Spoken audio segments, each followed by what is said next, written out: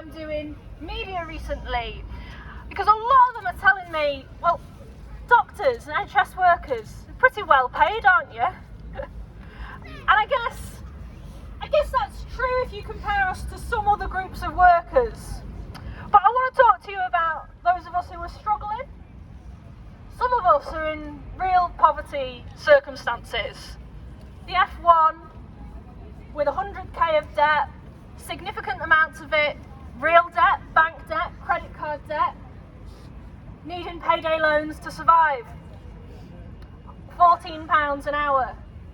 Our international F2 colleague on a standalone contract, paying racist Home Office fees, sending money home, trying to survive on the rent going up in Bristol and everywhere else, £16 an hour. Our disabled SHO colleagues, working part-time, having to fund their own amendments to their work because our employers can't get it together enough to pay for them. We're looking after hundreds of people on night shifts, taking responsibility for serious legal problems in psychiatry where I work, running their own clinics, £19.30 an hour. Our MedReg colleagues running the hospital overnight, single parent, rent going up, childcare for shift work, £24 an hour. Sure, some of us are better off, some of us have got family assistance, some of us have got no dependents. But when did we start to accept in this country that you have to have family to help you to live well?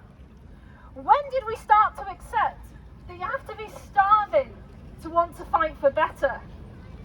Every single person in the world deserves not just the basics of food and shelter, but also joy, art and sport and theatre and social time. And that's even more vital for those of us in the jobs that we're doing, full of death and despair, long hours, rotational training, being moved away from your family. The Labour movement has a phrase, it's called bread and roses. Bread and roses. And for sure we're fighting for bread for some of us, but that doesn't mean we don't deserve roses too.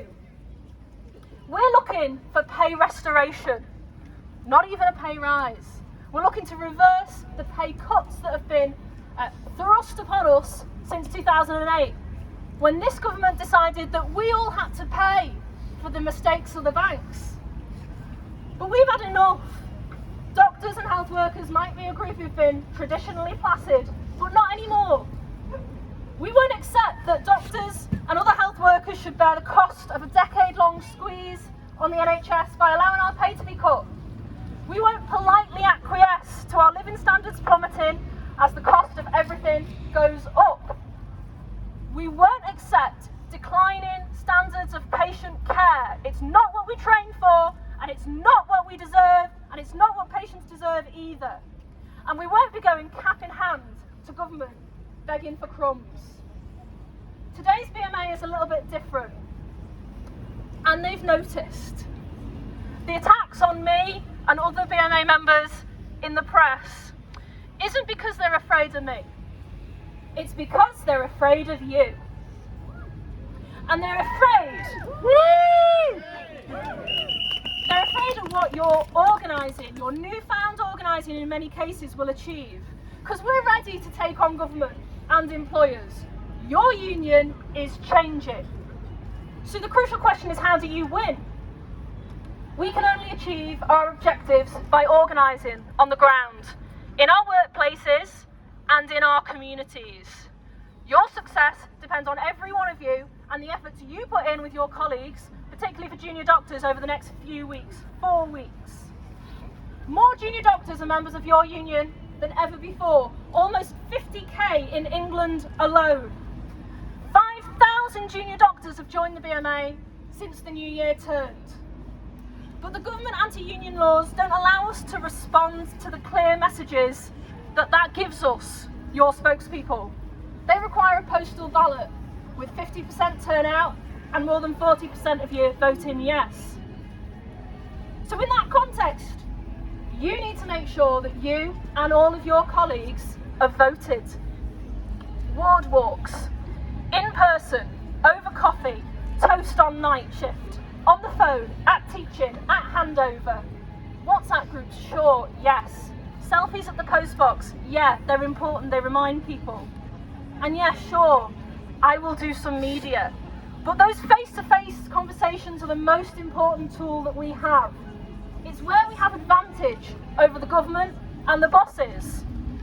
It's where we have power and they do not, in our relationships with each other.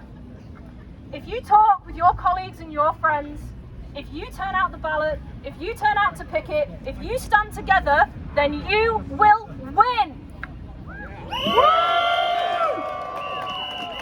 And not just on pay, but on bullying, on rotas, on our rubbish IT, on the GMC, on discrimination, on conditions. A union that can win pay restoration can win anything.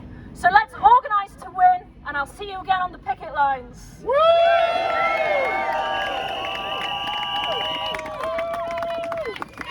NHS!